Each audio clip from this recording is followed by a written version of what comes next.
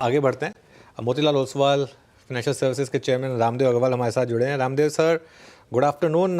Budget ने तो खुश कर दिया सब लोगों को। 12 लाख तक कोई टैक्स नहीं और कंजम्पशन काफ़ी बढ़ने वाली है। अब लोग मतलब काफ़ी खुश नज़र आ रहे हैं इससे। आपका क्या रहेगा पहला व्यू? हाँ, वही कि भाई मतलब ये तो ब्रिलियंट बजट है। देखिए, उन्होंने कंजम्पशन के लिए दिया तो किसी और दूसरे जेब से निकाला नहीं। जनरली क्या होता है, एक जगह से निकाल के दूसरे देते हैं लोग। यहाँ पर क्या क्लियरली इन्होंने कंजम्पशन के लिए बूस्ट दिया है, but not at the cost of any other sector. तो वो एक बहुत अच्छी बात है। So there are only positives, there is not much of negative in this budget. Sir, एक चीज़ जिसको थोड़ा सा मार्केट ने इनिशियली नेगेटिव लिया वो कैपेक्स का नंबर था कि चलिए ठीक है कंजम्पशन बढ़ रहा है लेकिन कैपेक्स का नंबर थोड़ा कम हो रहा था। आप उसको कैसे देखते हैं?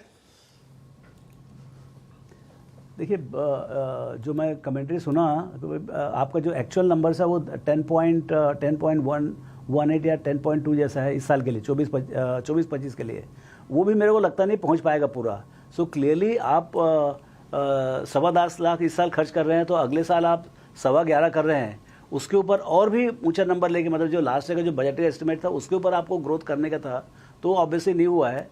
क्योंकि मेरे ख्याल से execution capability is also an issue. तो मेरे ख्याल से ऐसा लगता है मुझे कि इस साल के लिए जो लास्ट ईयर का जो कैपेक्स बजट था उसको ही आपने नेक्स्ट ईयर रिपीट किया 11.2 में।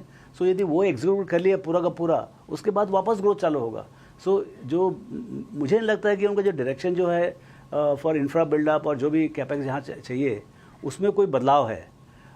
सिर्फ बदलाव यही है कि भाई जो आप कंजम्पशन को कम्प्लीटली इग्नोर कर रहे थे पहले बजट्स में, डिस्पाइट सब सजेशन के बाद भी वो कम्प्लीटली इग्नोर कर रहे थे और वो पूरा इंडस्ट्री एकदम बैठ गया था, वो आपने थोड़ा सा परकअप किया है by giving this tax free up to 12 lakh. सो वो जो बूस्टर जो हुआ उसके कारण से क्या पूरा बाजार बैठा था कैपेक्स के साइड में और थोड़ा सा टेलविंड आया आपके कंजम्पशन के साइड में। सो तो वो चर्न जो हो रहा है वही बाजार में आज दिख रहा है।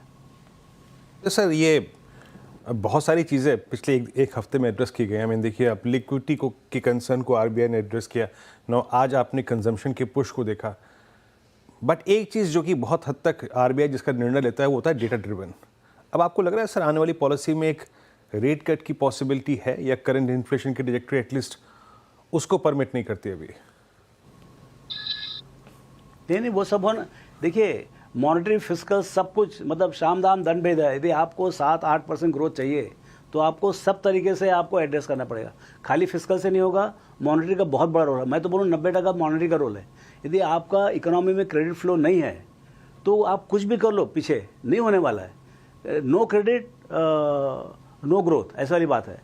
सो जब तक आपका क्रेडिट 14, 15, 16 पता नहीं क्या नंबर है, वो क्या होना चाहिए, अभी तो 10 के आसपास है, जब तक ये क्रेडिट फ्लो लेवल वापस नहीं आता, मेरी जो थोड़ी समझ है उसके हिसाब से तो मुझे नहीं लगता है कि इकोनॉमिक ग्रोथ पिकअप होगा। अच्छा, इकोनॉमिक ग्रोथ पिकअप नहीं होगा, आपका टैक्स बॉयंसी।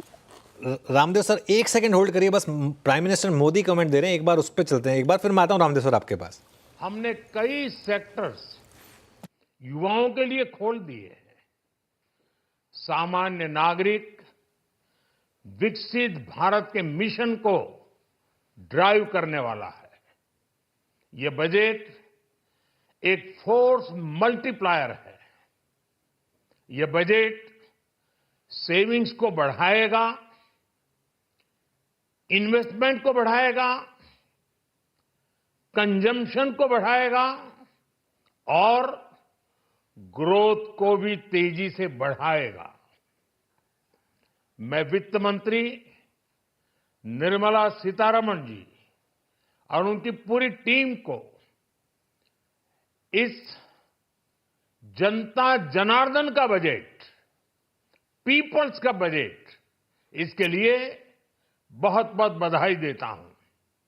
साथियों, आमतौर पर बजट का फोकस इस बात पर रहता है कि सरकार का खजाना कैसे भरेगा, लेकिन ये बजट उससे बिल्कुल उल्टा है। लेकिन ये बजट देश के नागरिकों की जेब कैसे भरेगी, देश के नागरिकों की बचत कैसे बढ़ेगी, और देश के नागरिक विकास के भागीदार कैसे बनेंगे, ये बजट इसकी एक बहुत मजबूत नींव रखता है। साथियों, इस बजट में रिफॉर्म की दिशा में महत्वपूर्ण कदम उठाए गए हैं। न्यूक्लियर एनर्जी में प्राइवेट सेक्टर को बढ़ावा देने का निर्णय बहुत ही ऐतिहासिक है। ये आने वाले समय में सिविल न्यूक्लियर एनर्जी का बड़ा योगदान देश के विकास में सुनिश्चित करेगा। बजट में रोजगार के सभी क्षेत्रों को हर प्रकार से प्राथमिकता दी गई है। लेकिन मैं दो चीजों पर ध्यान आकर्षित करना चाहूंगा। उन रिफॉर्म्स की मैं चर्चा करना चाहूंगा जो आने वाले समय में बहुत बड़ा परिवर्तन लाने वाले हैं। एक, इंफ्रास्ट्रक्चर स्टेटस देने के कारण भारत में बड़े शिप्स के निर्माण को बढ़ावा मिलेगा। आत्मनिर्भर भारत अभियान को गति मिलेगी। और हम सब जानते हैं कि शिप बिल्डिंग ये सर्वाधिक रोजगार देने वाला क्षेत्र है। उसी प्रकार से देश में टूरिज्म के लिए बहुत संभावना है। महत्वपूर्ण 50 टूरिस्ट डेस्टिनेशन, वहां पर जो होटल्स बनाएंगे, उस होटल को पहली बार इंफ्रास्ट्रक्चर के दायरे में लाकर टूरिज्म पर बहुत बल दिया है। इससे हॉस्पिटैलिटी सेक्टर को, जो रोजगार का बहुत बड़ा क्षेत्र है, और टूरिज्म जो रोजगार का सबसे बड़ा क्षेत्र है, एक प्रकार से चारों तरफ रोजगार के अवसर पैदा करने वाला एक क्षेत्र को ऊर्जा देने वाला काम करेगा। आज देश विकास भी, विरासत भी इस मंत्र को लेकर चल रहा है। इस बजट में भी इसके लिए भी बहुत महत्वपूर्ण और ठोस कदम उठाए गए हैं। 1 करोड़ पांडुलिपियों के लिए संरक्षण के लिए, मैन्युस्क्रिप्ट के लिए ज्ञान भारतम मिशन लॉन्च किया गया है। साथ ही भारतीय ज्ञान परंपरा से प्रेरित एक नेशनल डिजिटल रिपोजिटरी बनाई जाएगी। यानी टेक्नोलॉजी का भरपूर उपयोग किया जाएगा और हमारा जो परंपरागत ज्ञान है उसमें से अमृत निचोड़ने का भी काम होगा। साथियों, बजट में किसानों के लिए जो घोषणा हुई है वो कृषि क्षेत्र और समूची ग्रामीण अर्थव्यवस्था में नई क्रांति का आधार बनेगी। पीएम धन धान्य कृषि योजना के तहत 100 जिलों में सिंचाई और इंफ्रास्ट्रक्चर का डेवलपमेंट होगा। किसान क्रेडिट कार्ड की लिमिट 5 लाख तक होने से उन्हें ज्यादा मदद मिलेगी। साथियों, अब इस बजट में 12 लाख रुपए तक की आय को टैक्स से मुक्त कर दिया गया है। सभी आय वर्ग के लोगों के लिए टैक्स में भी कमी की गई है। इसका बहुत बड़ा फायदा हमारे मिडिल क्लास को, नौकरी पेशे करने वाले जिनकी आय बंधी हुई है, ऐसे लोगों को, मिडिल क्लास को इससे बहुत बड़ा लाभ होने वाला है। उसी प्रकार से जो नए नए प्रोफेशन में आए हैं, जिनको नए नए जॉब मिले हैं, इनकम टैक्स की ये मुक्ति उनके लिए एक बहुत बड़ा अवसर बन जाएगी। साथियों, इस बजट में मैन्युफैक्चरिंग पर 360 डिग्री फोकस है ताकि एंटरप्रेन्योर्स को, एमएसएमईज को, छोटे उद्यमियों को मजबूती मिले और नई जॉब पैदा हो। नेशनल मैन्युफैक्चरिंग मिशन से लेकर clean tech, leather, footwear, toy industry जैसे अनेक सेक्टर्स को विशेष समर्थन दिया गया है। लक्ष्य साफ है कि भारतीय प्रोडक्ट्स ग्लोबल मार्केट में अपनी चमक बिखेर सके। साथियों, राज्यों में इन्वेस्टमेंट का एक वाइब्रेंट कॉम्पिटिटिव माहौल बने, इस पर बजट में विशेष जोर दिया गया है। एमएसएमईज और स्टार्टअप के लिए क्रेडिट गारंटी को दोगुना करने की घोषणा भी हुई है। देश के एससी, एसटी और महिला जो नए उद्यमी बनना चाहते हैं, उनको 2 करोड़ रुपए तक के लोन की योजना भी लाई गई है, और वो भी बिना गारंटी। इस बजट में न्यू एज इकोनॉमी को ध्यान में रखते हुए गीग वर्कर्स के लिए बहुत बड़ी घोषणा की गई है। पहली बार गीग वर्कर्स का ई श्रम पोर्टल पर रजिस्ट्रेशन किया जाएगा।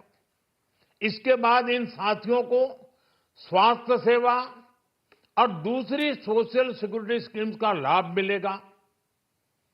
ये डिग्निटी ऑफ लेबर, इसके प्रति, श्रम एव जयते के प्रति सरकार के कमिटमेंट को दर्शाता है।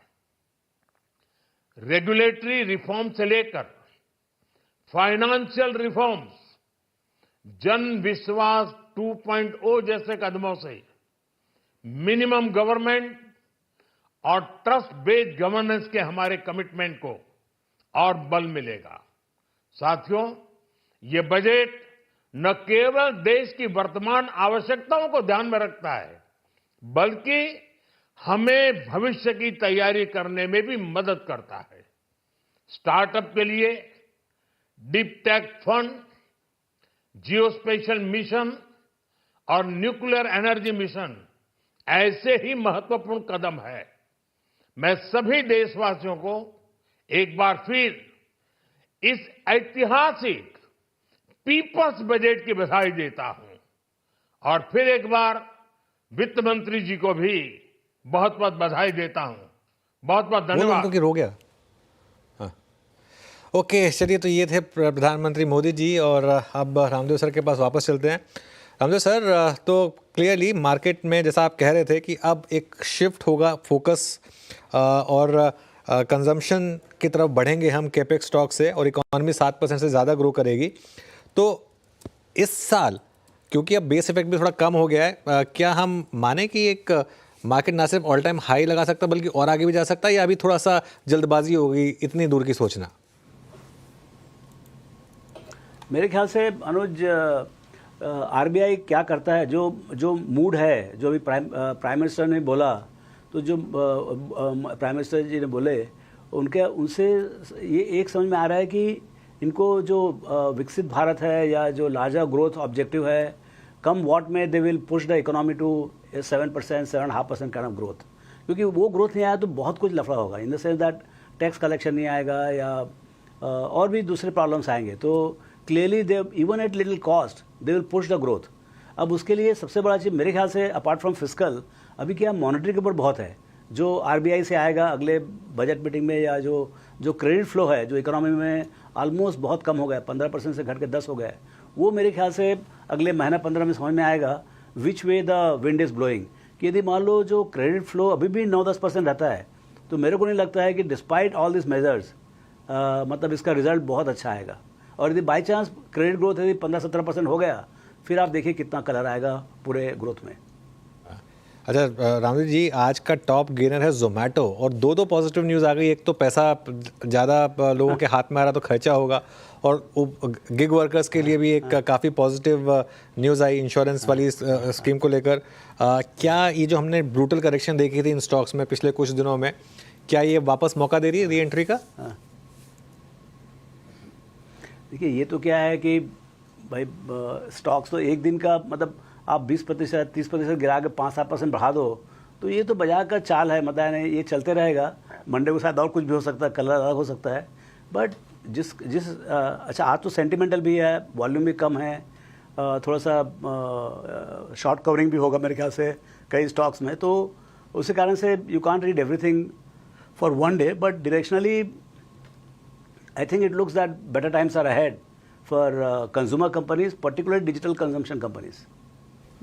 अच्छा रामदेव जी, अब इस बजट के बाद कुछ मार्केट एडजस्टमेंट्स होते हुए दिखाई देंगी क्या? ऑल्दो आगे अभी और भी इवेंट्स है, फिर चाहे वो RBI पॉलिसी हो, ट्रम्प क्या स्टांस आगे रखती है, और मोस्ट इंपॉर्टेंट अर्निंग्स आगे कैसी रहती है। लेकिन अर्निंग्स को लेकर अगर देखें तो एक major concern urban demand, urban consumption का था, जिसको पुश देने की कोशिश की गई है। तो इन सब पैरामीटर्स को ध्यान में रखते हुए कुछ मार्केट एडजस्टमेंट्स यहाँ से एक्सपेक्ट करें क्या? अभी देखिए, अभी एनालिस्ट जो है ना अपना दिमाग लगाएंगे, और मे बी कल परसों लोग कंपनी से बात करके बताएंगे कि भाई एक्चुअल अर्निंग्स में कितना इम्पैक्ट होगा, क्योंकि अभी तो थोड़ा पेसिमिज्म का माहौल है। ये क्वार्टर का रिजल्ट भी खराब आ रहा है, 5-6% का ग्रोथ है, तो मेरे ख्याल से मार्च 25 तो हो गया 5% में, तो आपका 1000 के बदले में 1050 का अर्निंग्स आएगा, जो अगले साल 25-26 के लिए 1200 का जो एस्टिमेट था, मतलब 1050 से सीधा 1200, वो उसके लिए जो एक ऊपर नीचे हो रहा था, मेरे को लगता है अब 1200 आने का एक चांस बन रहा है। 1200 फॉर 25-26, तो 1200 हुआ तो आपका बिलो 20 पी हो गया फॉर नेक्स्ट ईयर, ऐसा मुझे लग रहा है, which is a very comfortable spot to be in. लेकिन वो 1050 से 1200 होगा नहीं होगा, वो मतलब थोड़ा सा देखते हैं एनालिस्ट लोग किस टाइप का मूड बनाते हैं। आप तो जैसे हमेशा कहते हैं, आपको तो जो भी नंबर गौतम देते हैं आप उसमें थोड़ा सा अपने आप कट कर लेते हैं, और आपने एक चीज़ कही थी कि ये असली रिकवरी तो अगले साल शुरू होगी, लेकिन इस बार पहली बार आप कॉन्फिडेंट लग रहे हैं कि वो जो नंबर्स हैं वो अचीव होंगे, इसका मतलब अगले साल? नहीं, मेरे को लग रहा है कि मॉनेटरी पॉलिसी विल फॉलो, जो सेंटिमेंट बजट ने सेट किया है उसके वही सेंटिमेंट में आपका मॉनेटरी पॉलिसी भी फॉलो होगा अगले 2-3 हफ्ते में या पखवाड़े में। तो उसको मैं अपने ध्यान में रखते हुए, मुझे लग रहा है कि जो गौतम का ओरिजिनल एस्टिमेट था 25-26 का, वो आने का एक अच्छा चांस है। और एक आखिरी सवाल, ये हालांकि हमने कुछ हद तक बात की है इसकी, अभी ऑटो सेल्स देख रहा था मैं, मारुति की शानदार सेल्स आई, TVS की भी शानदार सेल्स आ रही हैं अभी। क्या कुछ मार्केट एक जिसे कहते हैं सारे स्टार्स अलाइन हो रहे हैं इस समय, क्योंकि ये तो बजट से पहले के नंबर्स हैं और बजट के बाद शायद इन नंबर्स में और थोड़ी सी ग्रोथ आएगी? हाँ, थोड़ा सा टर्न अराउंड तो था ही रूरल कंजम्पशन में, सभी लोग बोल रहे हैं कि थोड़ा सा परकअप है, और उसके ऊपर से अभी अर्बन के लिए भी थोड़ा सा बूस्टर आ गया है। तो वैसे ही होता है, मतलब बहुत ख़राब था, फिर थोड़ा अच्छा होगा, फिर और अच्छा होगा, फिर और बूस्टर मिलेगा। तो अभी तो ये साइकिल है ना, 2-3 साल तो चलेगा नहीं। अभी कंजम्पशन इतने दिन से पिटाई हुई है, अब थोड़ा तो इनके भी अच्छे दिन आएंगे ना। Ramdev sir, thank you so much आज हमारे साथ जुड़ने के लिए, और कुछ देर में आपसे शायद वापस मुलाकात होगी, तब थोड़ा और डिटेल में समझेंगे आपसे। थैंक यू सो मच आज हमारे साथ जुड़ने के लिए और इन सब टॉपिक्स पर बात करने के लिए। मार्केट